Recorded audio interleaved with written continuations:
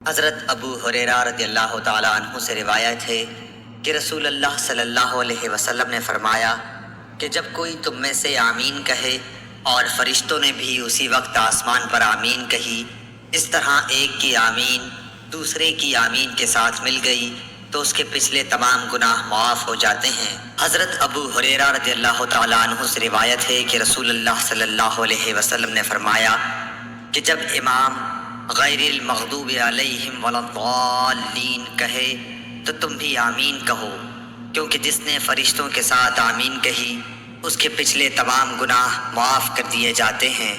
سمیع کے ساتھ اس حدیث کو محمد بن عمرو نے بھی ابو سلمہ سے، انہوں نے ابو ہریرہ رضی اللہ تعالیٰ عنہ سے، انہوں نے حضرت صلی اللہ علیہ وسلم سے روایت کیا،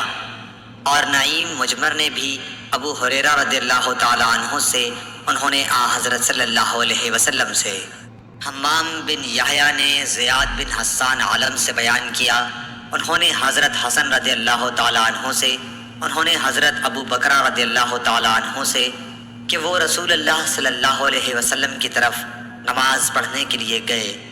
آپ اس وقت رکوع میں تھے، اس لیے صف تک پہنچنے سے پہلے ہی انہوں نے رکوع کر لیا۔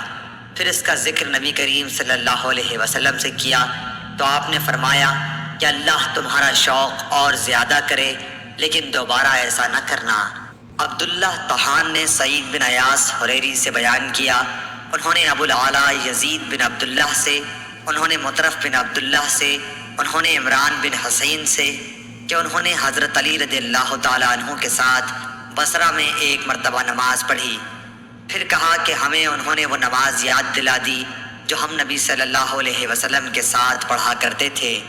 پھر کہا کہ حضرت علی رضی اللہ تعالیٰ عنہ جب سر اٹھاتے اور جب سر جھکاتے اس وقت تکبیر کہتے۔ امام مالک رحمۃ اللہ علیہ نے ابن شہاب سے خبر دی، انہوں نے ابو سلمہ بن عبد الرحمن سے، انہوں نے ابو ہریرہ رضی اللہ تعالیٰ عنہ سے کہ آپ لوگوں کو نماز پڑھاتے تھے تو جب بھی وہ جھکتے اور جب بھی وہ اٹھتے تکبیر ضرور کہتے، پھر جب فارغ ہوتے تو فرماتے کہ میں نماز پڑھنے میں تم سب لوگوں سے زیادہ رسول اللہ صلی اللہ علیہ وسلم کی نماز سے مشابہت رکھنے والا ہوں۔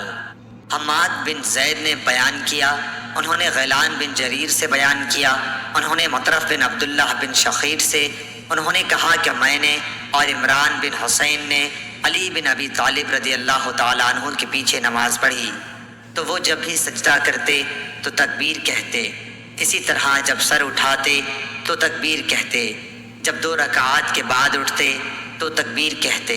جب نماز ختم ہوئی تو عمران بن حسین نے میرا ہاتھ پکڑ کر کہا کہ حضرت علی رضی اللہ تعالیٰ عنہ نے آج حضرت محمد صلی اللہ علیہ وسلم کی نماز یاد دلا دی، یا یہ کہا کہ اس شخص نے ہم کو حضرت صلی اللہ علیہ وسلم کی نماز کی طرح آج نماز پڑھائی۔ حشیم بن بشیر نے ابو بشر حفص بن ابی وحشیہ سے خبر دی، انہوں نے اکرمہ سے، انہوں نے بیان کیا کہ میں نے ایک شخص کو مقام ابراہیم میں نماز پڑھتے ہوئے دیکھا کہ ہر جھکنے اور اٹھنے پر وہ تکبیر کہتا تھا، اسی طرح کھڑے ہوتے وقت اور بیٹھتے وقت بھی۔ میں نے ابن عباس رضی اللہ تعالیٰ عنہ کو اس کی اطلاع دی، آپ نے فرمایا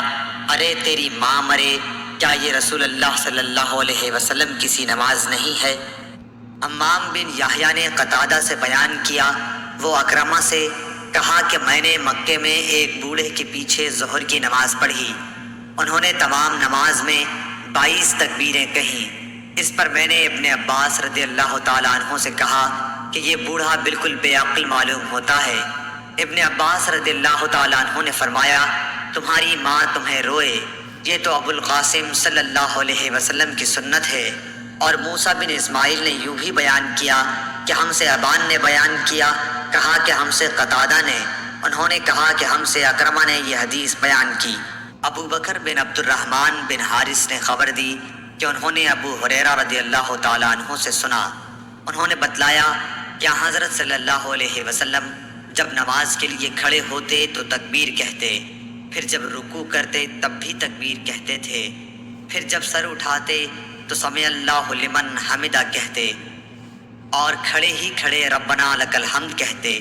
پھر اللہ اکبر کہتے ہوئے سجدے کے لیے جھکتے، پھر جب سر اٹھاتے تو اللہ اکبر کہتے، پھر جب دوسرے سجدے کے لیے جھکتے تب تکبیر کہتے، اور جب سجدے سے سر اٹھاتے تب بھی تکبیر کہتے۔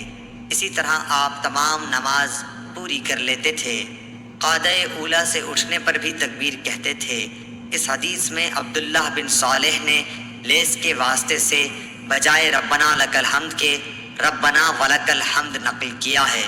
ربنا لک الحمد کہے یا ربنا ولک الحمد، واو کے ساتھ ہر دو طریقے سے درست ہے۔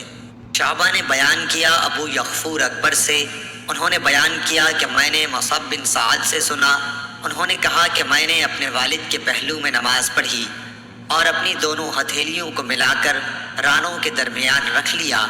اس پر میرے باپ نے مجھے ٹوکا اور فرمایا کہ ہم بھی پہلے اسی طرح کرتے تھے، لیکن بعد میں اس سے روک دیے گئے اور حکم ہوا